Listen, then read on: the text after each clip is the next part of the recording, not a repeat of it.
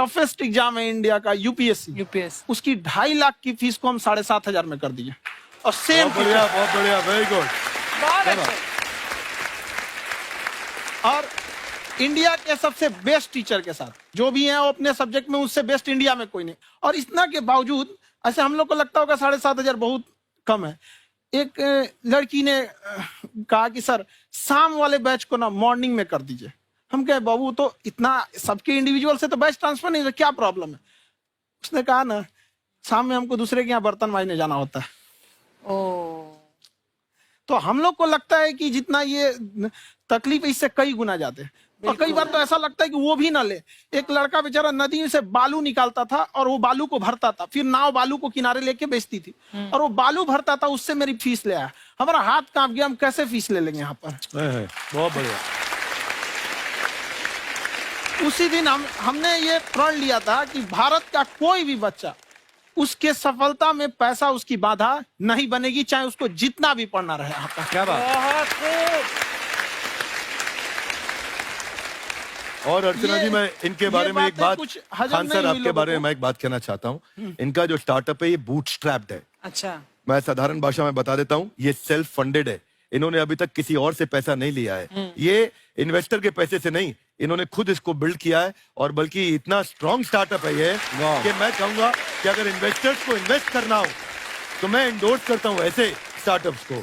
यही सब चीजों को देखते हुए कई लोगों ने धमकी भी दिया था वहां पर। अच्छा। और उसके बाद बम चला दिए और 7-8 बम चला दिए और कुछ ब्लास्ट हुआ। एक बेचारा नया लड़का आया था एडमिशन लेने के लिए, उसकी स्कूटी उड़ा दिया। वो आया था, कहा कि सर हम तो पढ़ने आए थे, हमारा स्कूटी उड़ गया। हमारी ऑफिस उड़ा दिया सब। एक तो पास में आके गिरा और नहीं फटा वो।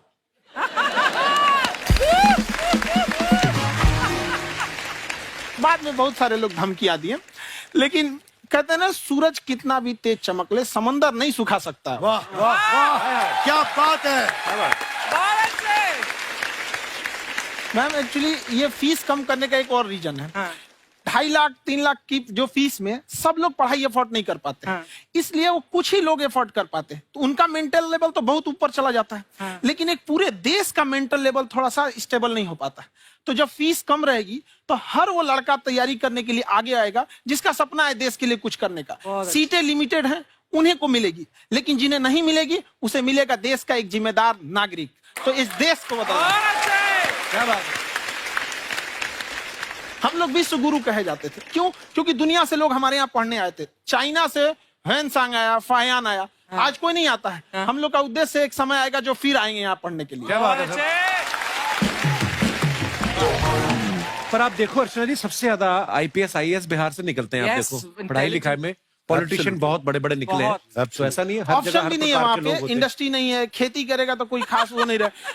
ऑप्शन भी नहीं है, सही बात है। बिहार की मिट्टी में एक चीज है, जिद तो बहुत जबरदस्त है। कुछ भी नहीं रहेगा तो सब कुछ पाने का उसको जिद रहेगा, करके भी दिखा देगा। वहाँ पे कर देंगे हम आपको। विवेक सर, आपके बारे में हमने सुना एक बार आप संन्यास लेने चले गए थे। कौन वापस लेके आया आपको? फिर कहाँ तक पहुंच गए थे आप? नहीं, मैं एमबीए की पढ़ाई के बाद मैं ये सोचा था कि अपना जीवन भगवान की सेवा में समर्पित कर दूं। अच्छा जी। बहुत साल मैं वृंदावन में रहा था और गुरुकुल में रहा था। अच्छा। और वहाँ सेवा करना, बहुत अच्छी शिक्षा मिली। मैं बोलता हूँ मेरी असली एमबीए वही थी, मोस्ट ब्यूटीफुल एसोसिएशन। वाह। और मैं वहाँ भगवत गीता पढ़ी, जहाँ मुझे गीता से लगाव हुआ। तो मेरे गुरुजी का आदेश था कि आप भगवत गीता को बिजनेस मैनेजमेंट के साथ जोड़ के देश दुनिया में बताओ। मेरे को लगा बड़ा मुश्किल काम है। मैंने बाद में देखा कि डॉक्टर स्टीफन कॉवी, जिनकी किताब है 7 habits of highly effective people, आप सबने पढ़ी होगी, उन्होंने बोला मैंने 7 हैबिट भगवत गीता से लिए। और हमारे देश के लोग ऐसे हैं जो मेरी किताब पढ़ते हैं, जो कि 3.5 मिलियन कॉपीज बिक चुकी हैं, और भारत में भगवत गीता नहीं पढ़ते। तो मुझे लगा कि मैं गीता विद मैनेजमेंट के ऊपर आकर के बातचीत करूं। मुझे लगा बहुत कठिन होगा, पर मेरे गुरुजी का आदेश था कि कठिनाई आपको तभी तक दिखेगी जब कठिनाई को देखोगे। तो एक छोटा उन्होंने मुझे बताया, पूछा कि इस कमरे में लाल रंग कितनी जगह है, देखो आप भी एक बार जरा देख के बताओ। 7-8 जगह लाल रंग दिख रहा है यहाँ पे आपको? 1 ये 2, वो लाल रंग टी शर्ट पे 3 4 5, ये लाल हो गया 6, उधर लाल हो गया 7, एप्पल लाल, बिल्कुल ठीक 7।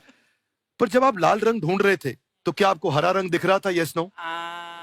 नहीं। जब आप लाल रंग ढूंढ रहे थे तो क्या आपको काला रंग दिख रहा था? Yes no? नहीं। नो।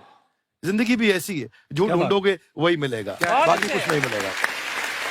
तो उन्होंने कहा कि आप इसी सोल्यूशन पे फोकस करो और गीता के मैसेज को पहुंचाओ। तो मैं बिजनेस मैनेजमेंट के प्रोग्राम्स कॉर्पोरेट्स में करने शुरू किए, क्योंकि गीता पहला मोटिवेशनल सेमिनार जो पृथ्वी के इतिहास में कपिल जी हुआ, वो कृष्ण ने दिया था। पहले मोटिवेशनल स्पीकर इस पृथ्वी के इतिहास के कृष्ण थे, जिन्होंने अर्जुन को रणभूमि में मोटिवेट किया था। बड़ी पेशेंस कृष्ण ने अपने लीडरशिप क्वालिटी से दिखाई, वो मुझने मुझे बड़ा इंस्पायर किया, वो चर्चा ने इंस्पायर किया, वो डिस्कशन ने इंस्पायर किया। तो उस डिस्कशन को मैं आज भी लेके चलता हूं अपने साथ। कहां सर, हमने सुना है आप 5 स्टार में रुके थे कल और नीचे जाके वड़ा पाव खाने गए आप रेडी पे। एक्चुअली क्या है ना कि वहां जो चीजें सीखने को मिलती है ना, खाली पेट और खाली जेब इंसान को जो सिखाते हैं वो किसी यूनिवर्सिटी कॉलेज में नहीं सिखाया जाता। और गरीबी बड़ा बेशरम चीज होती है।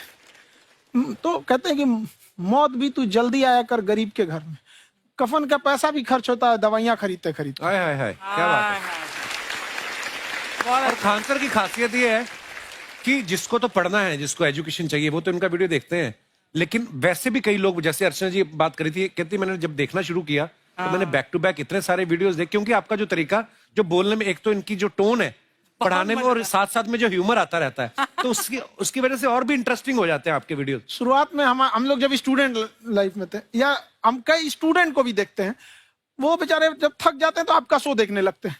तो शुरू में हमको लगता था जब कि अरे ये हमारी पढ़ाई उसके लिए है, लेकिन पढ़ाई में थक जाता है, शो देख के नहीं थक जाता है। हाँ। तो हमने सोचा दोनों को मिक्स कर देते हैं।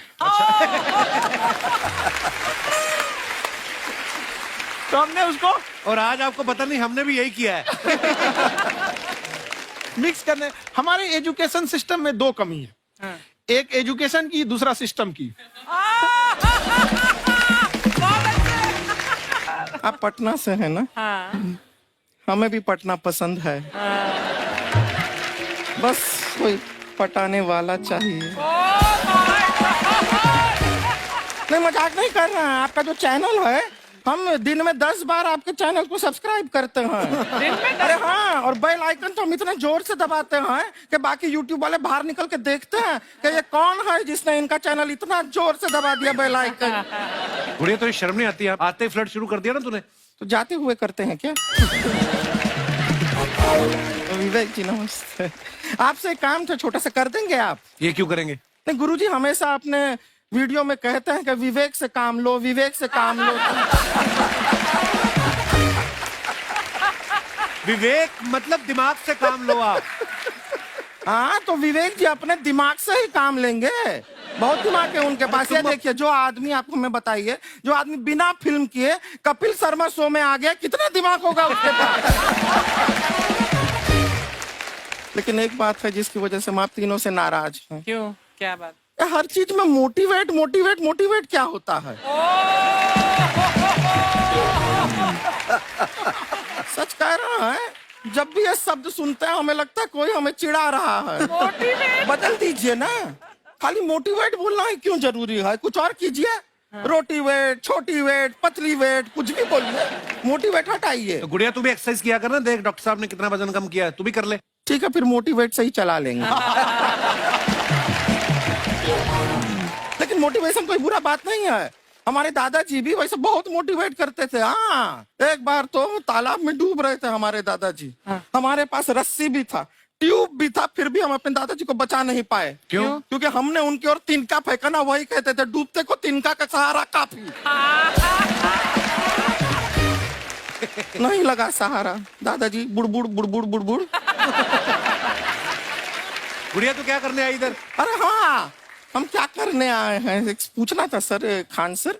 ये जो हमारा एक चाचा का लड़का है, उसको क्या है, थोड़ा पढ़ाई में प्रॉब्लम हो रहा है, तो 12वीं का पढ़ाई आप उसको अच्छी तरह करवा के 12वीं पास करवा देंगे आप? करवा देंगे, वेरी गुड, बात कर लेते हैं। हाँ राम सरोवर, देखो हमारा बात हो गया है, ये 10वीं जो तुमसे नहीं दिया जा रहा है वो नहीं देना है।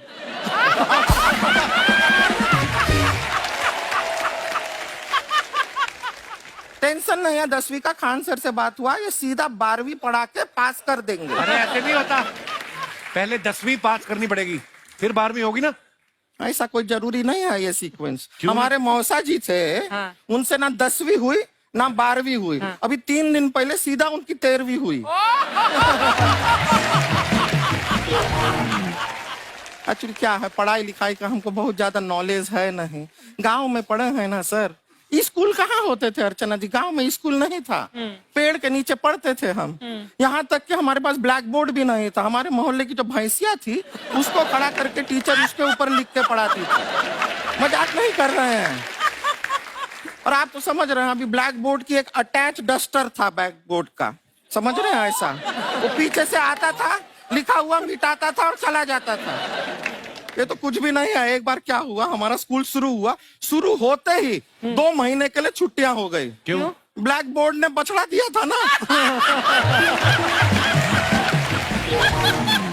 तो वैसे आप लोग ना इतने ज्ञानी हैं, सब कुछ जानते हैं। आपसे एक टेक्निकल सवाल पूछे। एक बार ना 4 दोस्त थे, 4 दोस्त, साम दाम दंड भेद। वो डिसाइड करते हैं कि चलो एक गेम खेलते हैं, तो टीम्स बनाते हैं। तो साम दाम ने एक टीम बनाया। इस पे भेद को बहुत गुस्सा आया। पता है क्यों? क्यों? क्योंकि भेद को दंड मिलाना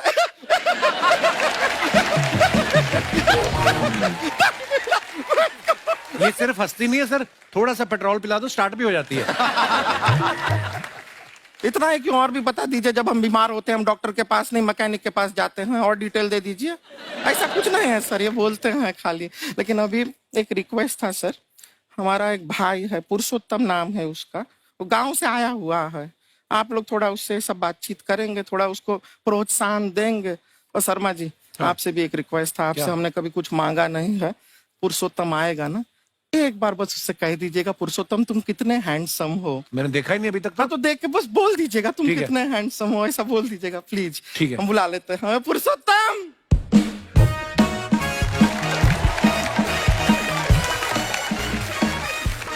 ये पुरुषोत्तम है। वाह, तेरा भाई बड़ा हैंडसम है। है तो हमारे खानदान में सब हैंडसम है, ज्यादा चापलूसी करने का जरूरत नहीं है। देखा हमारा यहाँ पे कितना चलता है। एक नंबर दीदी, एक नंबर। सब लोग हैं, नमस्ते कर दो। ये बड़ा अच्छा लड़का है, गांव में ना भैंस चराता है, इसको थोड़ा मोटिवेट कीजिए ना। नहीं तो मतलब भैंस चराता है तो मोटिवेट करके क्या होगा, शेर चराएगा बाद में। अरे शेर चराएगा तो शेर इसको चर नहीं जाएगा। नहीं नहीं, ऐसे हम खाली कह रहे हैं, तुम्हारा चेहरा थोड़ा बकरी जैसा है ना, तो वैसे ये सब बड़े बड़े लोग हैं। इनको बताओ कहा क्या बनना चाहते हो जीवन में आगे? HR। HR? अरे वाह, देखे कोई बड़ा कंपनी में ह्यूमन रिसोर्स का काम करेगा ये। अरे HR मतलब दीदी Hrithik Roshan. Tiny tin tin tiny tin tin. ना जूता पहनने का काम किया करो, जूता खाने का नहीं। काम किया है, कुछ बड़ा किया है लाइफ में? किया है ना दीदी, एक बकरी के बच्चे को बड़ा किया है। तो क्या जिराफ बना दिया बकरी के बच्चे को? अरे कुछ अलग किया है। हाँ दीदी, अलग किया है। वही बकरी का बच्चा भैंस का दूध पीने जा रहा, तो हमने उसको अलग किया है। इससे नहीं होगा, मैं रहने दो, इधर आओ। ये देखो इतना बड़ा बड़ा लोग बैठा है, इनके सामने ऐसा बातें करोगे? इनसे मिलो, इनसे मिलो। ए विवेक जी तो कितना मार्केट के बारे में भी जानते हैं, मार्केट का कोई सवाल पूछो इनसे। सर परसों जो है मार्केट में हमारी साइकिल गायब हो गई, आपने देखा है क्या? हमारी साइकिल गायब हुई ना? हाँ। इसलिए दिमाग से पैदल हो तुम। पैदल समझते हो? हाँ। चल लोगे? 20 कदम चलोगे? हाँ। घूमो जरा, अभी 20 कदम चल के दिखाओ। निकलो।